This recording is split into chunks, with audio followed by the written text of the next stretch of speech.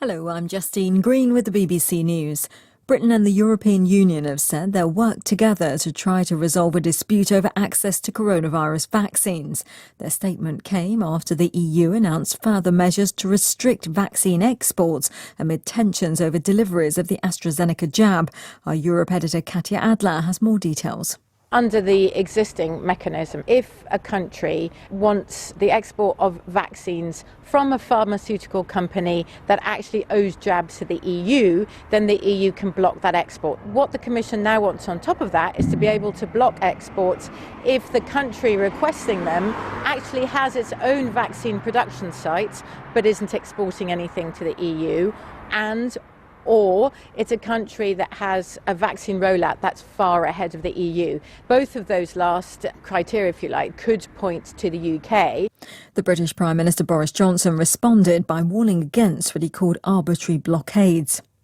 The US Vice President Kamala Harris will lead efforts with Mexico and some Central American countries to try and stem the flow of migrants into the United States. She said there's a huge problem with a sharp rise in unaccompanied children trying to cross the border with Mexico. Many more have been arriving since Joe Biden reversed several of the Trump administration's tough immigration policies. Virginia has become the first southern U.S. state to abolish the death penalty. The Democratic governor, Ralph Northam, signed the bill into law. He said capital punishment had been applied disproportionately to black people and a flawed legal system had too often led to mistakes. We can't give out the ultimate punishment without being 100% sure that we're right. And we can't sentence people to that ultimate punishment knowing that the system doesn't work the same for everyone. Ending the death penalty comes down to one fundamental question, Is it fair? Virginia is second only to Texas in the number of people it's executed. It's the 23rd state to outlaw capital punishment. The social media giant Facebook says it's blocked hackers in China who tried to spy on Uyghur activists, journalists and dissidents living abroad by infecting their devices with malicious software. Facebook said the group is known as Earth Empusa or Evil Eye. Gordon Carrera reports. The tactics they allegedly used included setting up malicious websites that look like popular Uyghur and Turkish news sites and creating fake Facebook profiles, posing as journalists, students or human rights advocates to build trust with people and trick them into clicking on a malicious link. This would then allow their computers to be infected, enabling surveillance of their online activities. BBC News. India has suspended all major exports of the AstraZeneca COVID vaccine following a surge in the number of infections in the country. A foreign ministry source said it was a temporary squeeze on exports due to the rising demand for the jabs in India. The Indian authorities plan to vaccinate those above the age of 45 from the 1st of April.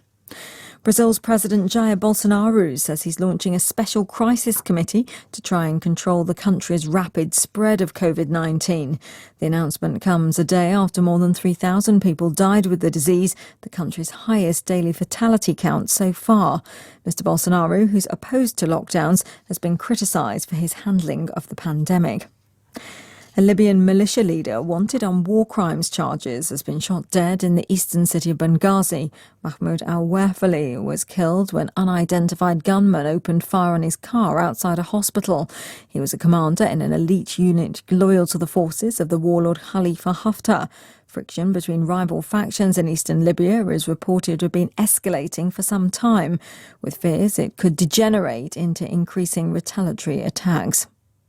Queen Mantfombi Madlamini Zulu has been appointed interim leader of South Africa's Zulu nation following the death of her husband, the long-serving King Goodwill Zwelithini. Pumza Filani reports from Johannesburg. Prime Minister of the Zulu Nation, Prince Mangosuthu Buthelezi, said the appointment of Queen Madlamini Zulu as regent was in line with her late husband's will.